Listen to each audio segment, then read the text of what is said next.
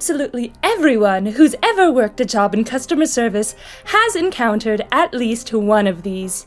This is my story. Okay. Hello again, everyone. It's me, MadameMacabre, and welcome to another video. So, as some of you guys know, I actually work at an escape room. I am one of the game hosts, so my job is to welcome guests in. I play a character, I get all dressed up in costume, we're time travelers at my place, and we lead our patrons through the space-time continuum and help them right the wrongs of history. Well, most of the time, you would assume people are there to have a good time. It's an experience you're paying for. It's kind of a treat. It's a luxury outing you go and do. Most of the time, people are in a good mood. They're happy. They're having fun.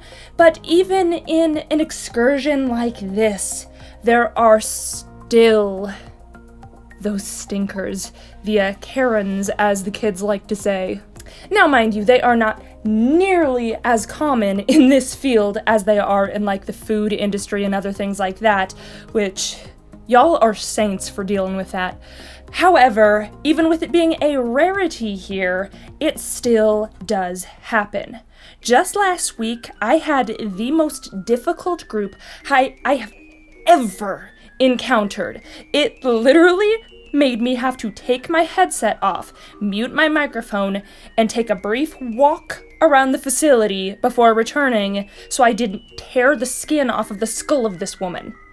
So let's just dial things back. Let's set up the story. Back to the beginning of my day. I had no idea this was going to be how my evening ended. You see, this was the very last group of the day, and it was a bit of a doozy of a day. See, there were multiple people who were supposed to be in for the evening shift that night, who were ill and they could not make it. So I needed to come in early and stay late. So I was there for a very long time when I was not prepared to, because I got called in literally the night before. So I was not as mentally and emotionally prepared for this as I could have been if I had known that my schedule was going to be morning till night in advance.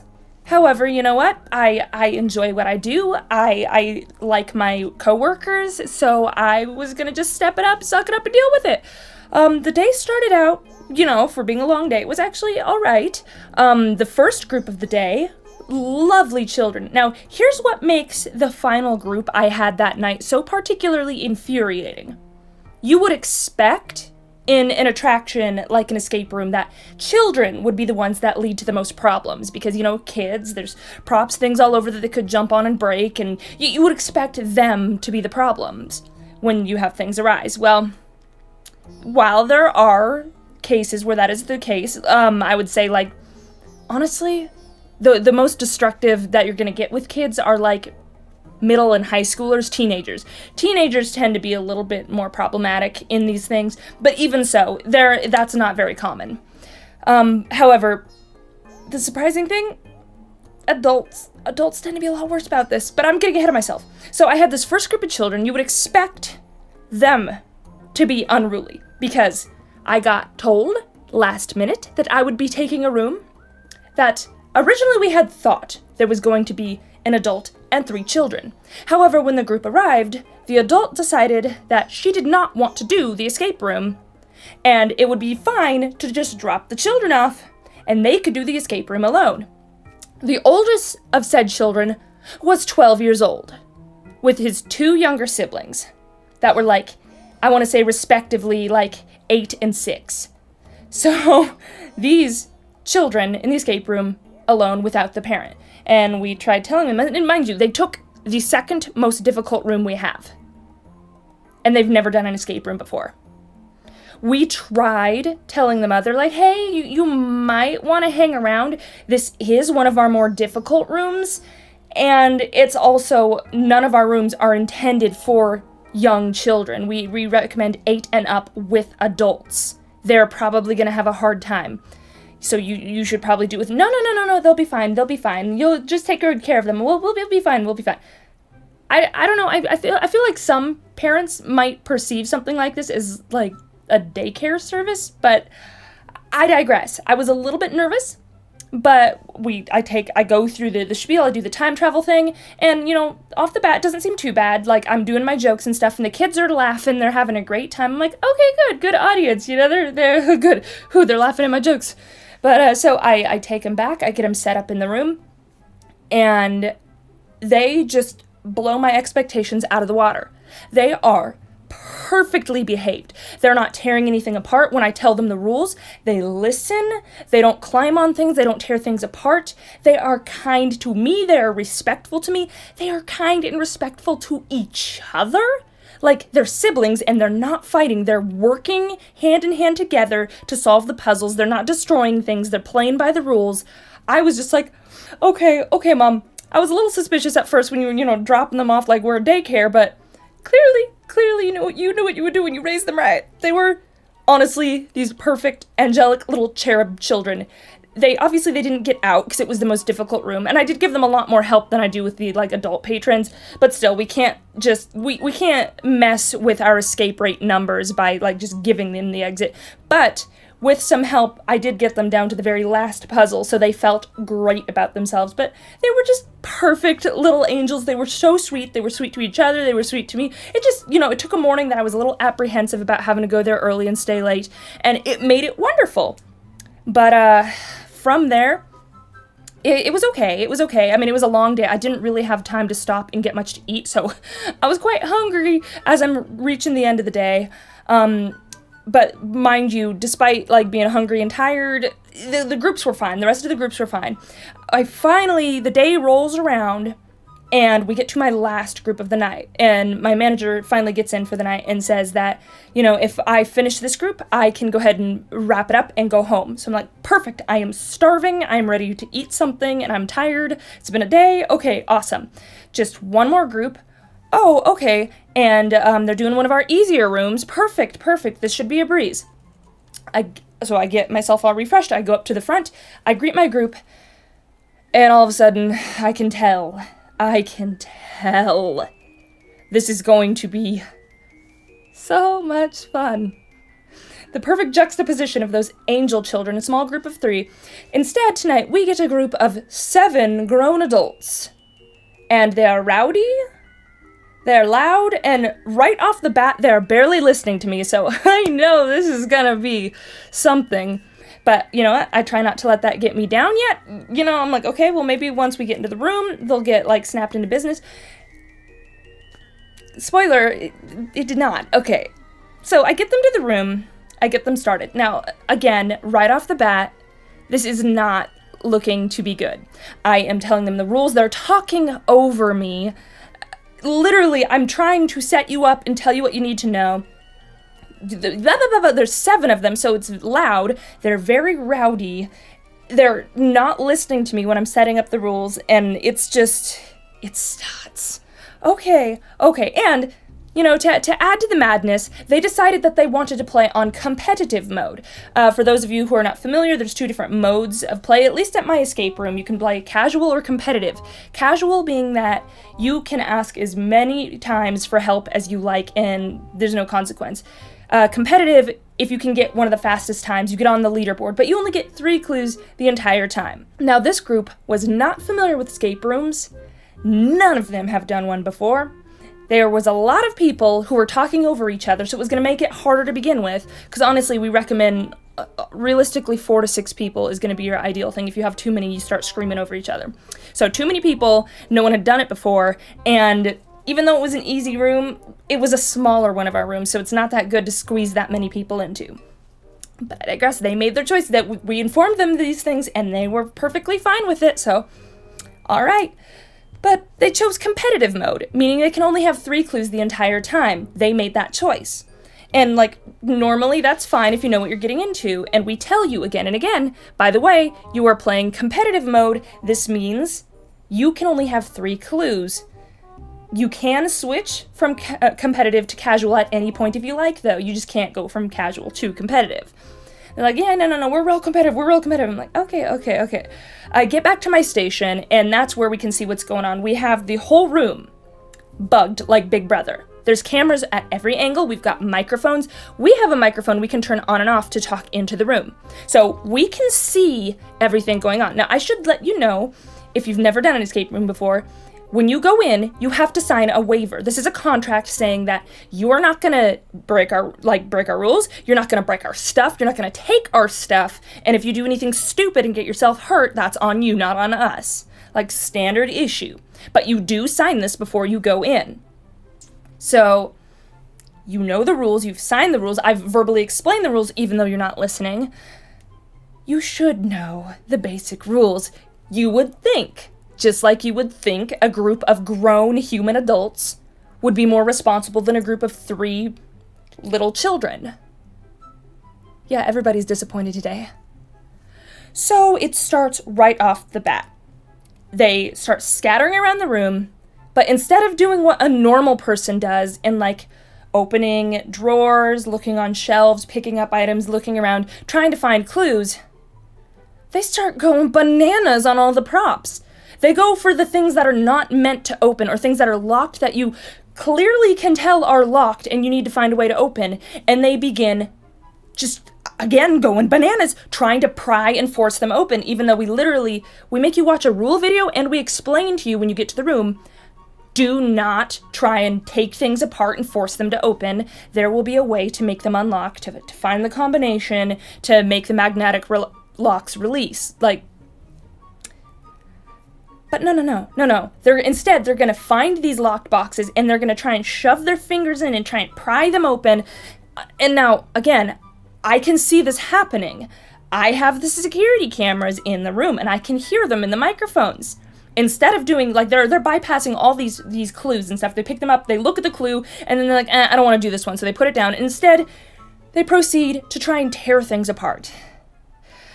So I see this going down. 3 different lock boxes, 3 of the group members are actively trying to force open, while the star of the show, our 50-year-old toddler, we'll call her Karen Sue. Karen Sue is conducting the chaos. You over there, pry that one open. You open that one. You try that one. Okay, she's clearly going to be the ringleader. Excuse me, my dear group. As I mentioned before, please do not try and pry things open. There will be a way to make it open. Well, then forcing it open should be a way to open it. No, I mean, there will be a way to make it gently pop open on its own. Again, don't pry things that would be considered breaking it. You did sign a contract saying you wouldn't do that. Well, it should be more clear. Well, I've just clarified it right now. How about we direct our attention to some of the clues we have access to right now? Have you checked that wall and over there? I did. I just didn't feel like doing it right now. Okay.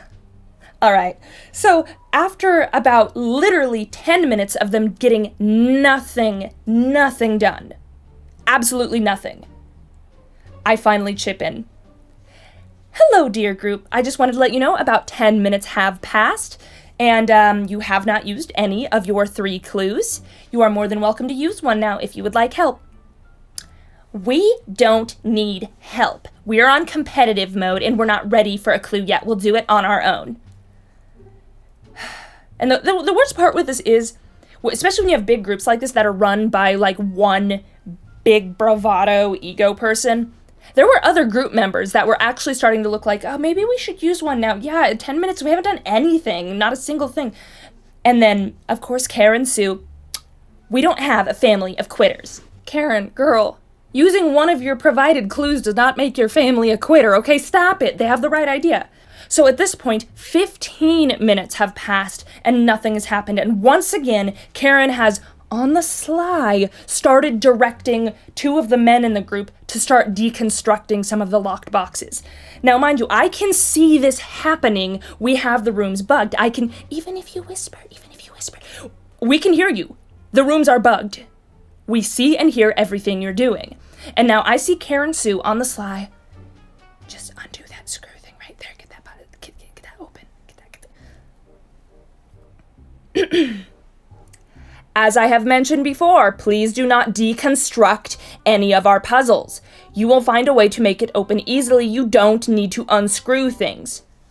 No one's unscrewing anything. We're just looking at it.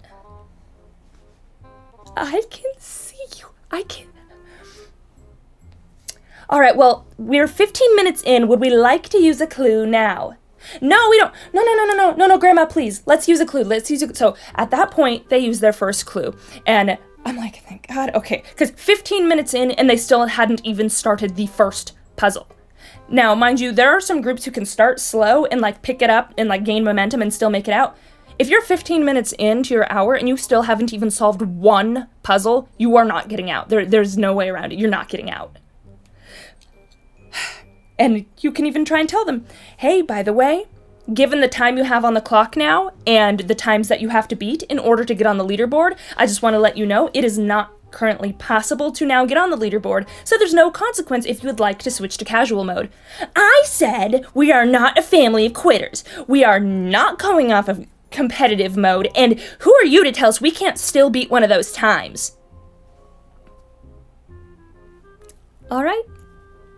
As you wish, madam. So at this point, good old Karen Sue over here is really starting to fume. Even though she denied me telling her that they can't beat the leaderboard at this point, you can tell she's starting to take it personally because she expected her family to get on that leaderboard. But I digress. So she's starting to get really sour at this point. Like she's angry, and it's starting to the point where now she's starting to blame her family members on why they are not doing well enough. And mind you, she hasn't actually stepped up to get involved in any of the puzzles herself. All she's been doing is barking orders and telling people what to do, not doing anything herself. But she's now mad at the family for not having things figured out. So they have to ask for another clue once they have reached the halfway point, 30 minutes in, and they have only solved one puzzle. So I once again tell them, all right, here's a hint for this puzzle, and I see the rest of the family starting to look a little like upset that they're not making much progress. So again, would you like to switch to casual mode? It is perfectly fine. You have a better chance of at least making it far through, if not still escaping, if you take me up on this now. Karen Sue, I said, but at this point, she's getting real mad because now her family cuts in. Grandma, no. Yes, we would like to switch to casual mode. All right, I'll go ahead and switch you over. So now she's really irritated because there's been a mutiny within the family ranks. Like, she's not feeling it, but whatever. Okay, so I start giving them a little more help and they start making more progress. And finally, they are at about 40 minutes in, 20 minutes left, and they finally make it into the next room because our rooms have multiple rooms you have to unlock. Now that a new room is opened up, they walk in, and now Karen Sue has to act like it was all her and her conducting that got them in there. So she's coming in like, look what I found, you guys, because she was literally standing next to the wall that opened up. Look what I found. Oh my, like she literally was making it all about her and her. She was the reason they got in, despite not having done a single puzzle herself. She goes in. Now, mind you, this room has a training room section in it, like a sword training room. We have antique swords up, like on plaques on the wall. They are not a part of the puzzle. We have a sticker that says, not a part of the puzzle. We have in the rules that if something is labeled not part of the puzzle, don't mess with it. Well, the first thing that Karen Sue decides to do is climb up on a box. That, again, in our rules, don't climb on things. Climbs up on an unstable box, grabs one of these antique swords, pulls it off of the plaque, unsheathes this antique sword, and begins swinging it around the room. Now, mind you, there are 7 people in this escape room. There's not a ton of room to not literally stab or slice somebody. So at this point, I'm like, oh my God, Jesus Christ. So I get on. Excuse me, ma'am. I'm going to have to ask you to please sheath the sword and put it down. That is not a part of the mystery. You see that tag there that says not a part of the mystery? That's not a part of the mystery. That's a weapon. Please don't swing it around. Someone could get hurt. Oh, I see how it is. I am just not allowed to touch anything. Okay, I'm sorry. I will let everyone else do the puzzle because clearly I am not allowed to touch anything. She literally stormed out of that first room into the front room to the chair, slammed herself down on the chair, crossed her arms like an overgrown child, and like angrily pouted. She just sat here the entire rest of the time. The entire last 20 minutes. She sat there, arms crossed, angry on the chair after having tossed the sword on the ground. A tantrum, like a literal overgrown toddler. This woman was 50. Yeah, okay. Whatever. You want to remove yourself? You want to act like you're the victim? You were literally swinging a weapon around. Okay, cool. Like, mind you, we have since permanently affixed those to the wall. We figured it would be fine because we didn't want to, if we didn't have to have to permanently deface literal antiques if we put them high enough on the wall and, you know, out of the way as decoration, and we literally had stickers not to interact with. We figured we wouldn't have to permanently do anything. But because of Karen Sue, we have had to sadly alter those antiques in order to make them permanently stuck to the wall so people can't take them down. But, you know, cool. You couldn't swing a weapon around, so you're the victim here. You know, that antique that had to be defaced, that's the victim here, Karen. Oh, excuse me for not wanting to slice your grandchild's throat open, okay. I mean, I'm being a little dramatic here. It's not the sharpest blade, it's an antique. But nonetheless, that's a weapon. You could still bruise or break, you know, something on somebody swinging it around violently. Just because it's set up like a sword training room doesn't mean you need to actually train with a sword. But yeah, no, so she removed herself from the puzzle and she sat there. And you know what? Funny enough, with Karen Sue quietly seething in the corner, not barking at people, they actually made significant progress. I mean, obviously they weren't going to make it out because, again, they peed away most of their time. However, they made it close to the end since they switched to casual mode and they listened to my clues. And everybody else, mind you, was having a blast. Everyone else was having a great time, except for Karen Sue, who was just the entire remaining 20 minutes. We get to the end, I'm like, oh, I'm so sorry, you were so close, all right. And then what we usually do at the end is we allow groups to have some pictures taken with the props and stuff to add to the experience. Now, I go in and I get the photos taken for the group. The entire time, the whole family gets together. Karen Sue still stays on that chair. She won't make eye contact with me. She's just silently seething, refused to be a part of the family photos, whatever. Okay, I get those pictures taken. The family's all having a good time. They had a blast. You know, I take the group out, I lead them up, and like as soon as I open the door, she like rushes past me and like runs down the hall, like towards the exit. Like she does not want to be near me. She's so mad. And I'm like, okay, but whatever. So she flies down the hallway, she waits out front. The rest of the group seems to have had a great time, so they don't know what she's up to. And then they head out, but they hang out, like once they leave the actual storefront, they hang out front a little bit, because, you know, they're a big old group. They're like regrouping or whatever. I can still hear Karen Sue going on outside. Well, I didn't have very much fun on my birthday because I got screamed at. Did you hear the way that she screamed at me? I didn't think the hosts were allowed to scream at us.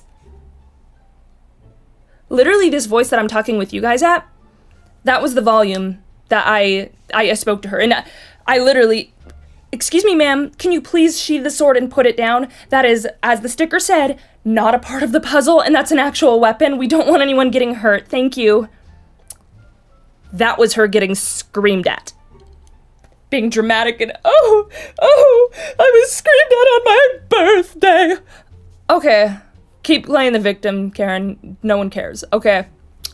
But,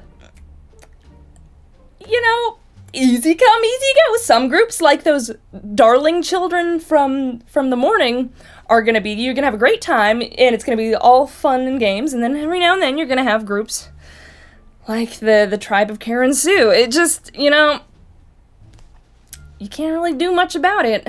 But I figured you guys might enjoy hearing that experience because you know, when you're not the one that has to live the experience, it's kind of fun to hear about.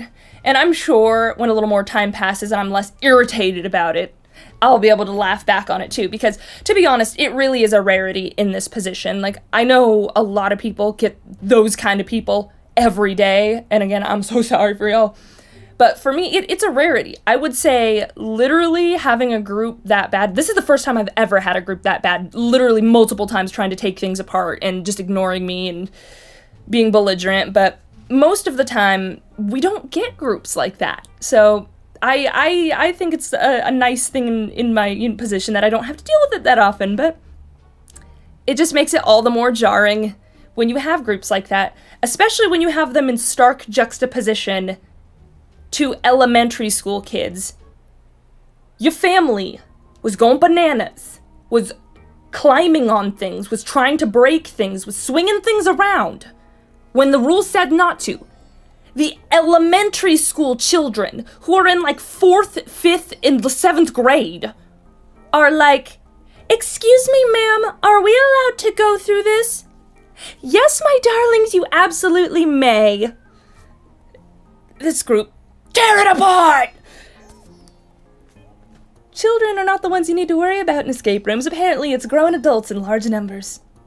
I don't know. That's all I got to say. I'm just going on at this point. So I hope the rest of you have a wonderful day, and I thank you so much for listening. Have you had a similar experience? Like, I know escape rooms aren't the most common jobs, so are there any similar jobs where you've encountered something like that? I find these sorts of encounters interesting. Also, if you work in a similar field, let me know some other types of patrons to look out for, because I never know what I'm going to run into. Anyway, y'all have a wonderful rest of your day, and as always, remember, stay creepy, everybody.